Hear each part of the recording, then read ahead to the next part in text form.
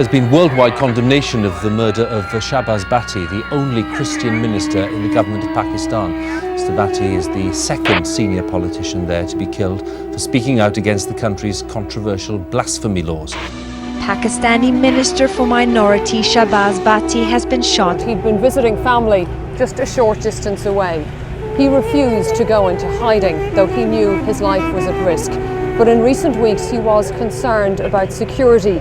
He complained that he hadn't been given extra protection in spite of the obvious threat he faced.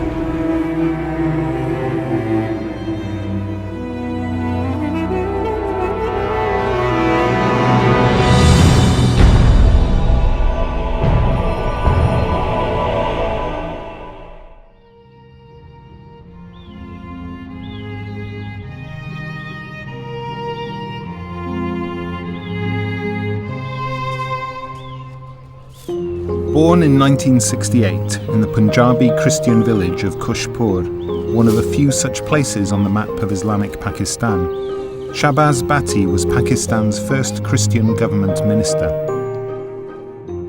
We studied in a Christian school, we were living in a Christian village, and we didn't have any problem. But in a government school where the majority of the students is different, he was surprised facing different kind of people who expressed reservation, like sometimes people were saying they are not allowed to eat with other students. So for him it was very, very strange, really got angry that this is not human.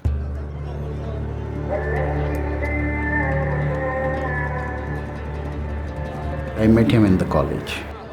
He was beaten by the Islamic Jamaat Talaba, the student organization of Islamic radical group. And that was the time they were dominating all the universities and colleges in Pakistan. He was beaten because he belonged to the minority group, to the Christian community. And there he decided that he should raise his voice, that he is Pakistani, he belongs to this society. One day, they formed a group called Christian Liberation Front. He also realized that it has to be wider. That's why he called All Pakistan Minorities Alliance, because that not only spoke of the Christians, it spoke of others who are discriminated in the country, the Hindus, the Buddhists, and others.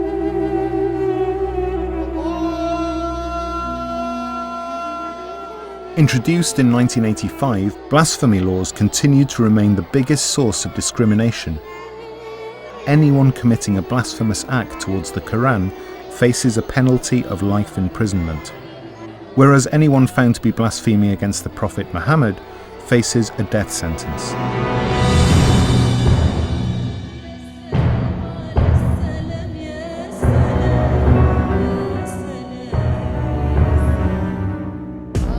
Towards the end of 2008, Shahbaz Bhatti, come to please by Bishop Anthony Lobo to accept the nomination of Religious Minorities Minister.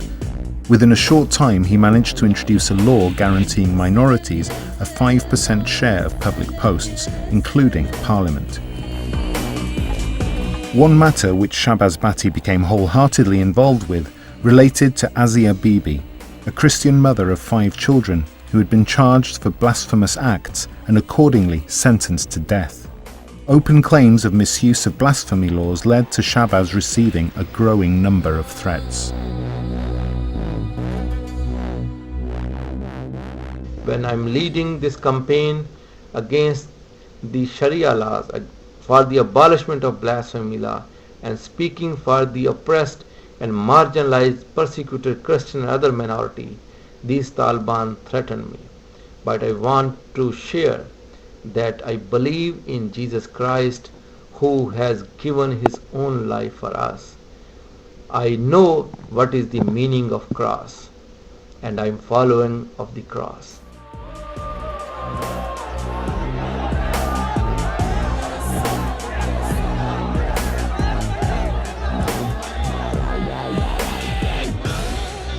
He was definitely a man with a dream, with a vision, that we can live together as different religious groups.